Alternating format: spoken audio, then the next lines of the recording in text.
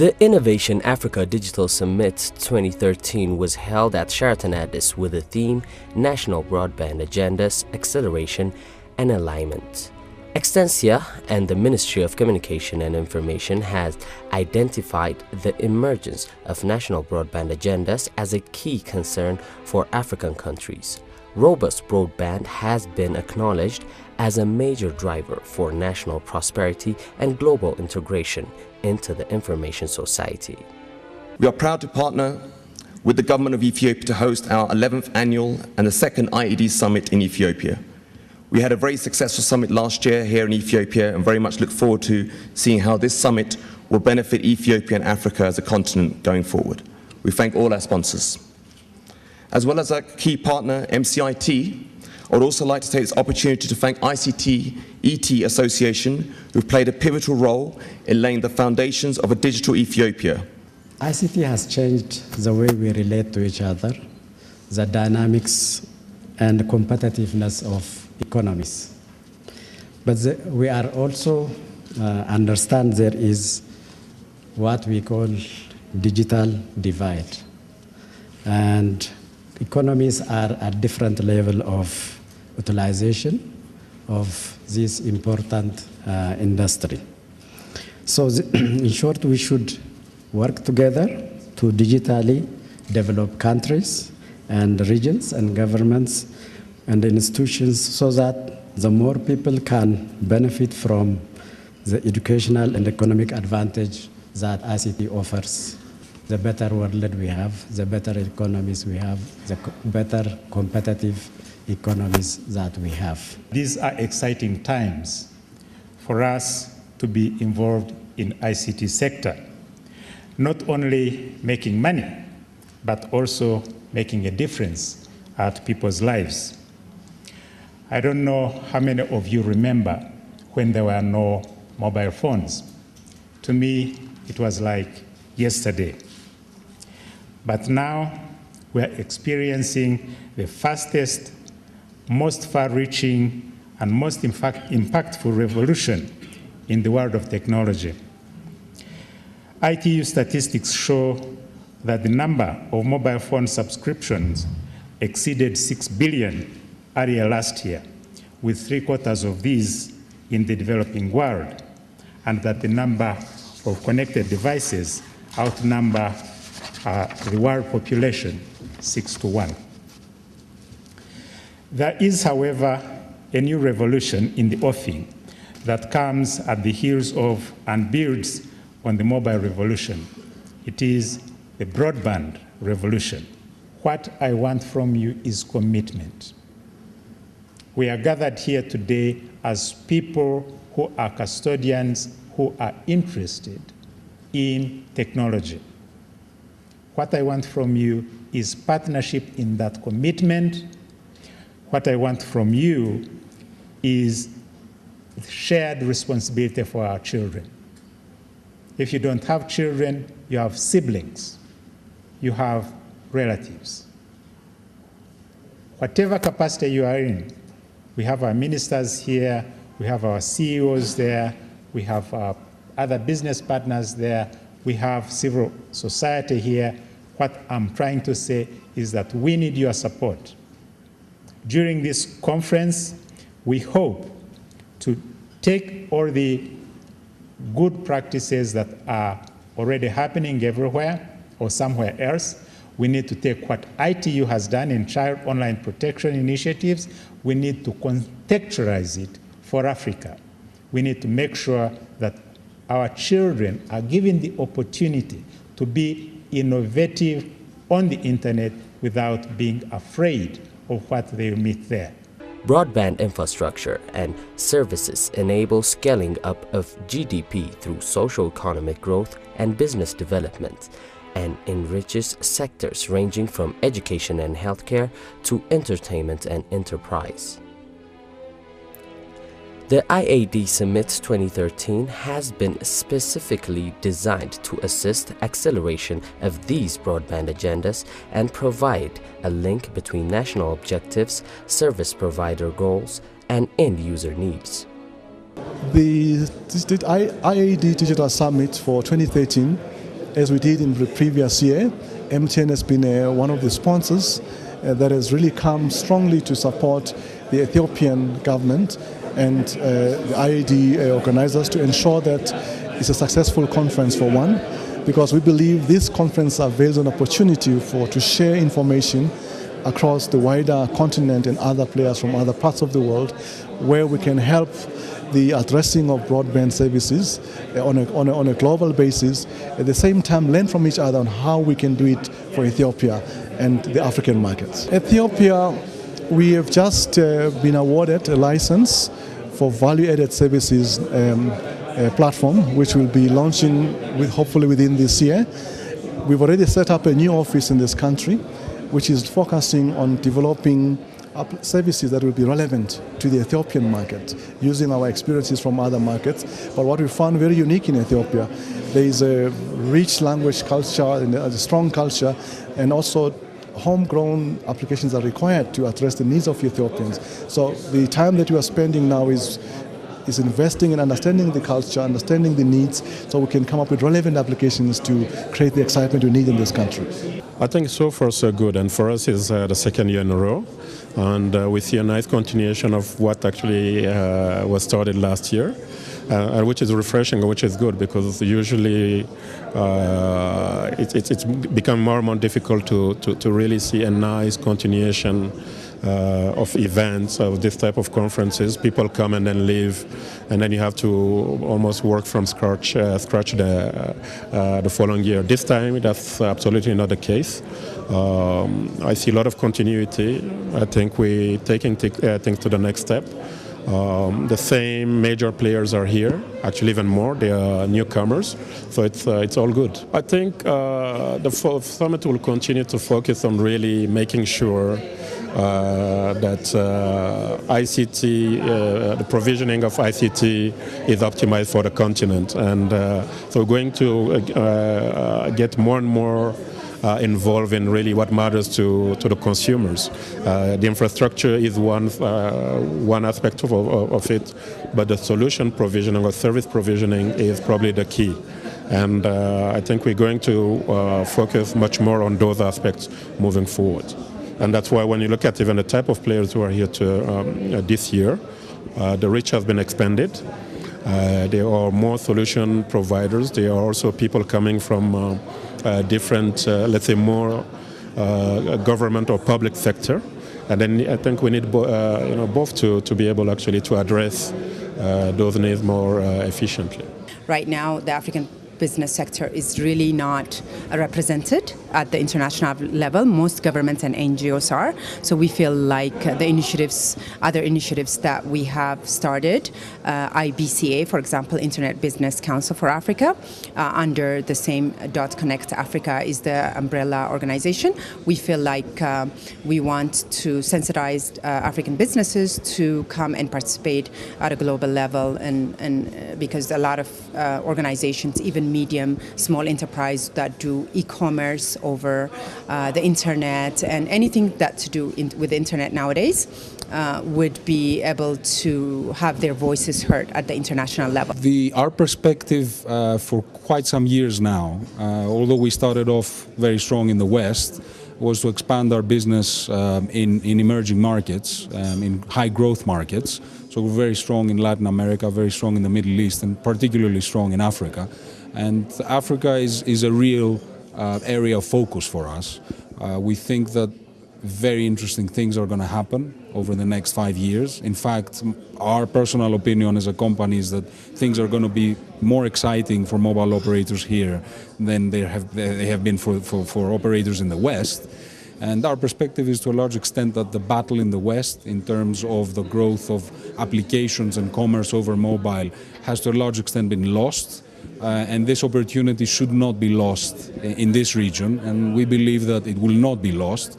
And part of our role is to act as catalysts next to the operator, making sure that they take full advantage and that they fully live up to the promise of this data boom, this e-commerce boom, m-commerce boom rather, that's going to happen here. We would lend our support to Ethiopia and also to the summit, because at the summit although it's held in Ethiopia, but it is for the benefit of the entire region, of the entire sub-Saharan Africa region. And the theme for this year is one of the exciting topics of national broadband agendas. And you've heard the participants earlier on today discussing some of the strategies that can be implemented in order to achieve the national broadband agendas and strategies. They've also highlighted some of the challenges, but at the same time, we are not here to talk about problems. That side of Africa is gone. We are here to talk about solutions by the Africans for the Africa continent, and that's really the theme for this year. Ethiopia draws enormous satisfaction from hosting this important summit for the second time that brought together various stakeholders. It is an opportunity for all participants to share ideas, learn about the latest developments, and build powerful partnership and networks.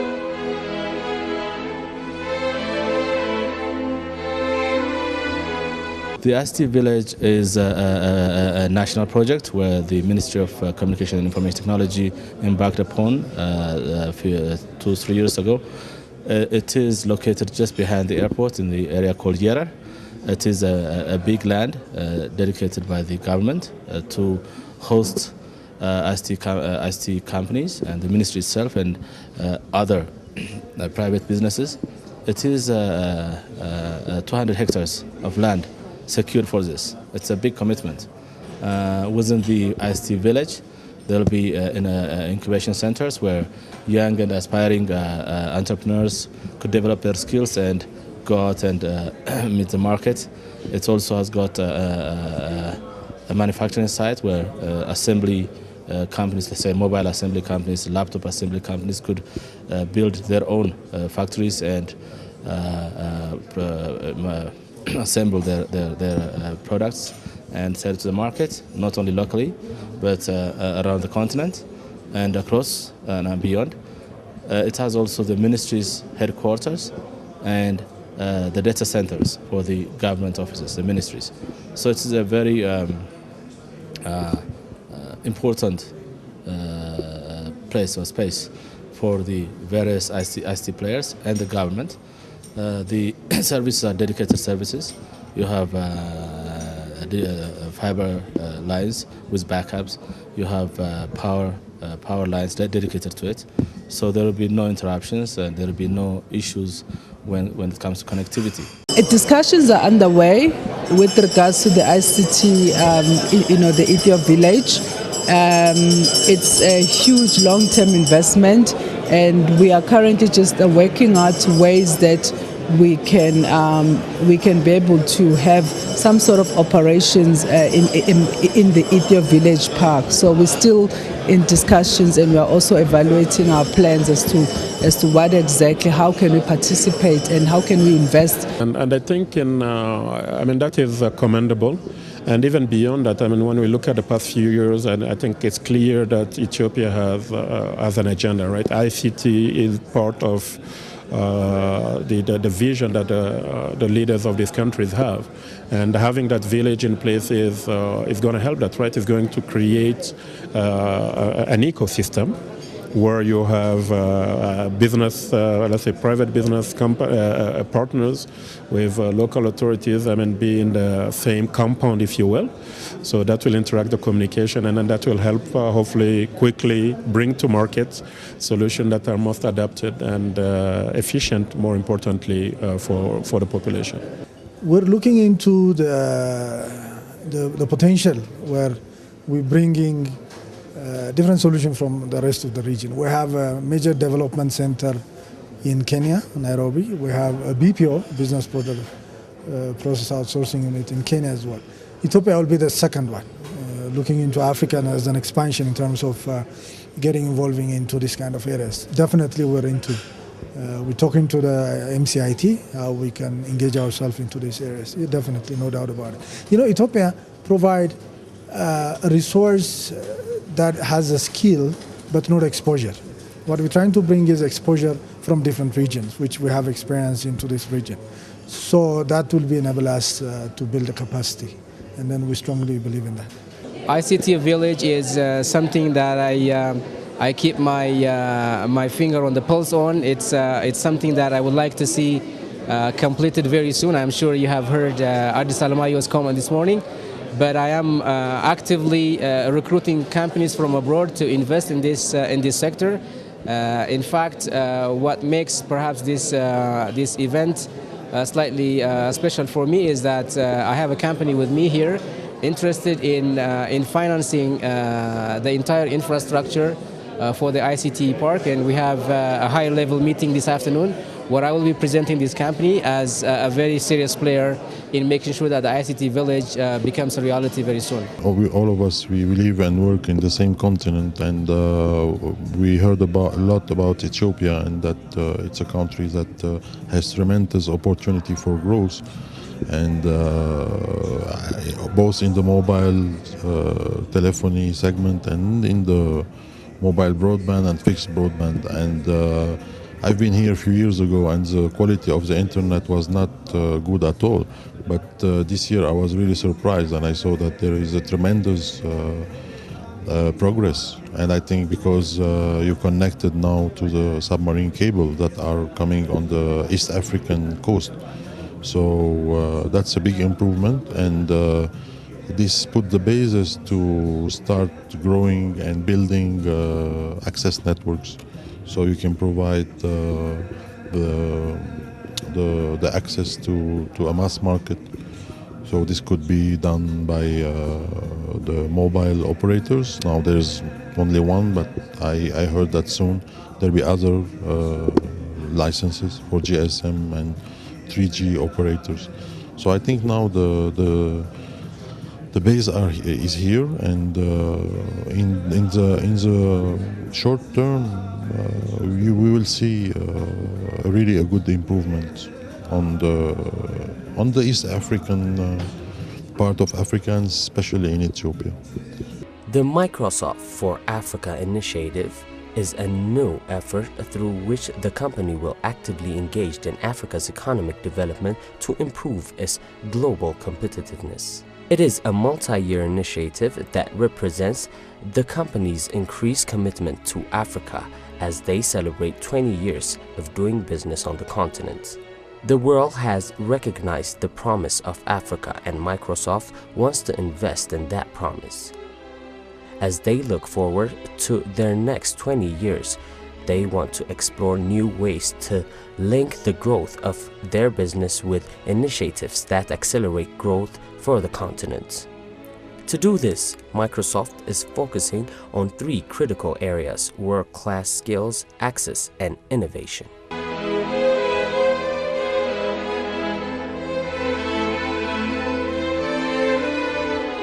One of our 3 pillars in Microsoft for Africa is world-class skills and capacity building.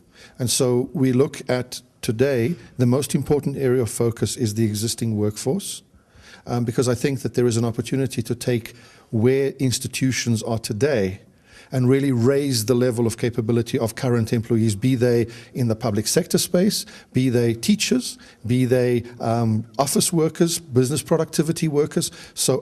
But I think the initial and the immediate effort is within our own ecosystem, because Microsoft has more than 10,000 partners across Africa who work with Microsoft and deliver services and products, and so their own institutional capability is important for us. And so this is the first investment we're doing, which in fact we kicked off about a month and a half ago, and we're starting to work through the continent, is really a deep investment into the information technology ecosystem and developing that institutional capability first.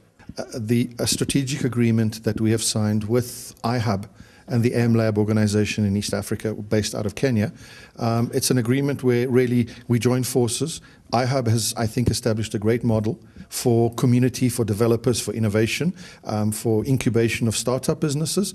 And I think our view is that we can significantly contribute to this. I think we can bring a lot of value to the community. We will work with iHub and the MLabs to start to scale across East Africa first. So Ethiopia, Rwanda, Uganda, Tanzania, as well as Kenya, Burundi. But then I think our view is because we've also invested in places like Botswana and Tunisia ourselves. And so I think bringing these organizations together gives us the ability to really scale across the entire African continent. So it's something that's very exciting for us to do, certainly. Well, I think Microsoft is very well established in Africa. We started our activities in 1992 and have developed, I think, from having one office to having 22 offices across the continent. I referred a little bit earlier to our ecosystem, but our ecosystem today in Africa employs in excess of 140,000 people that work in the business of delivering Microsoft solutions and services. So I think it's a significant presence in the continent. I think we continue to deliver value both at the enterprise level, certainly because that's a very big area of focus for Microsoft. But I think what's important and exciting going forward is the opportunity to focus more on the small medium enterprise, because I think that there's a lot of growth, a lot of opportunity in the small medium enterprise, in the entrepreneurs themselves, both from a capacity building, also from an access, from a tools, technology, cloud services, applications.